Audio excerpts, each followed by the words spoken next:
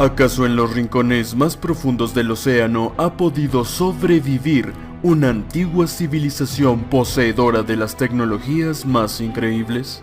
Esta teoría no suena tan descabellada si nos damos cuenta que el territorio marítimo cubre el 70% de nuestro planeta.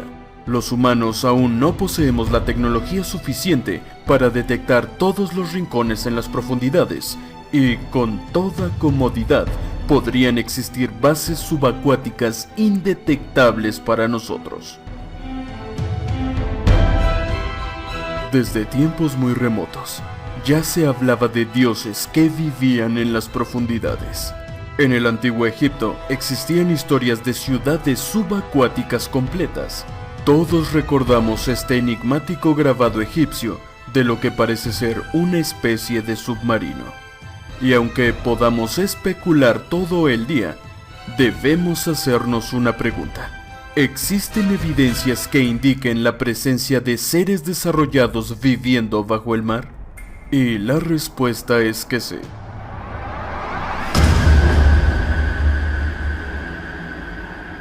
Por lo menos tenemos indicios suficientes para saber que ahí abajo hay personas quizá más adelantadas que nosotros. En 1973, en el Atlántico Norte, el portaaviones WASP de la US Navy, junto a otros 12 navíos que se encontraban en una simulación de combate, detectaron en sus radares un enorme objeto que se movía bajo el mar a una velocidad impresionante, cerca de 230 kilómetros por hora.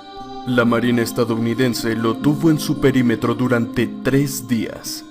Lo más extraño es que el enorme objeto submarino estaba sumergido a 8.200 metros de profundidad, cuando en aquella época un submarino militar solo podía acercarse a los 1.900 metros.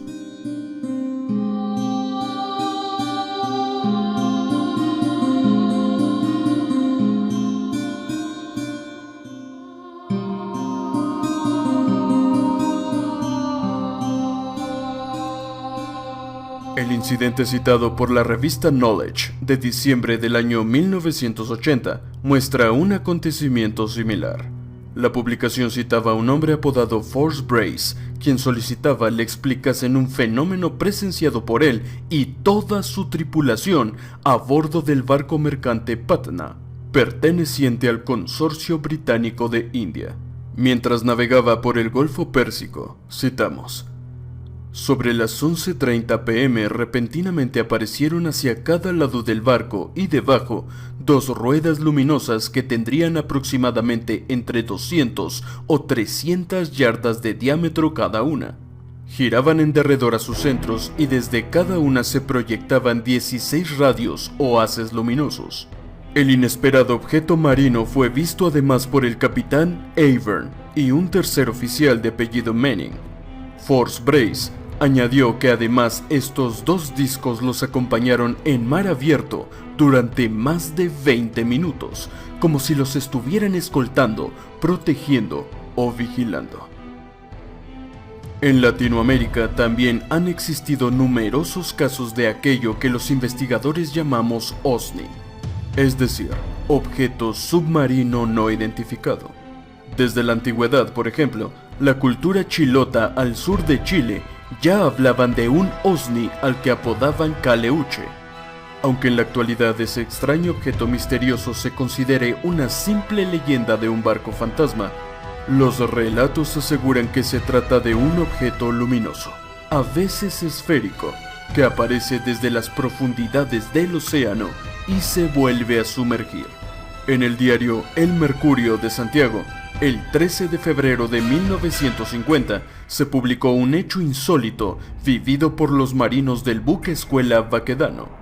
Hacia fines de abril o comienzos de mayo de 1934, una noche que la corbeta navegaba desde la isla Juan Fernández al estrecho de Magallanes en las cercanías del Golfo de Penas, toda la tripulación pudo observar un objeto esférico y luminoso navegando cerca de ellos. Sus luces cambiaban de color y después se sumergió para desaparecer en las profundidades.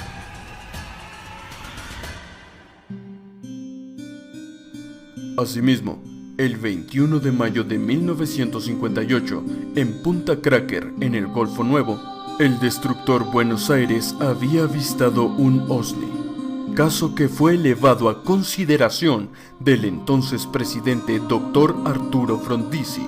Casos como estos y muchos otros nos llevan a especular que quizá en la zona que va desde Necochea hasta Tierra del Fuego existe alguna clase de civilización submarina.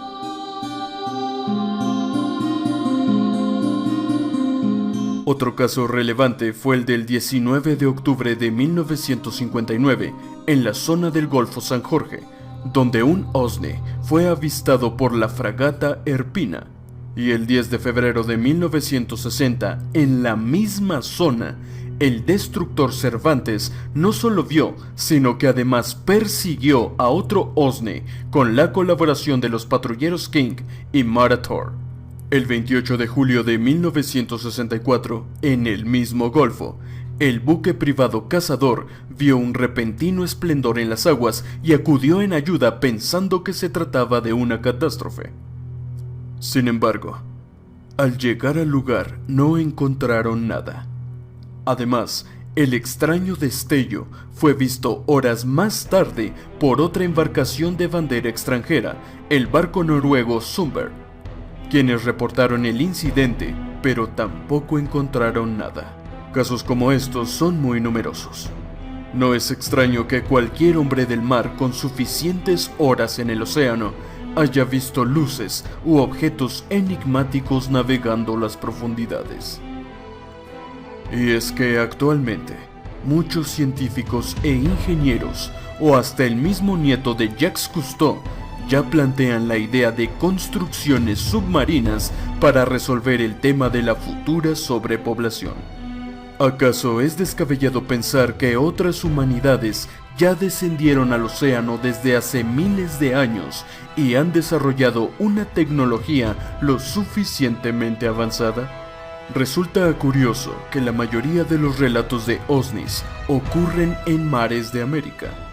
Buques militares y embarcaciones privadas han visto estos extraños vehículos por todo el mundo, desde tiempos inmemoriales.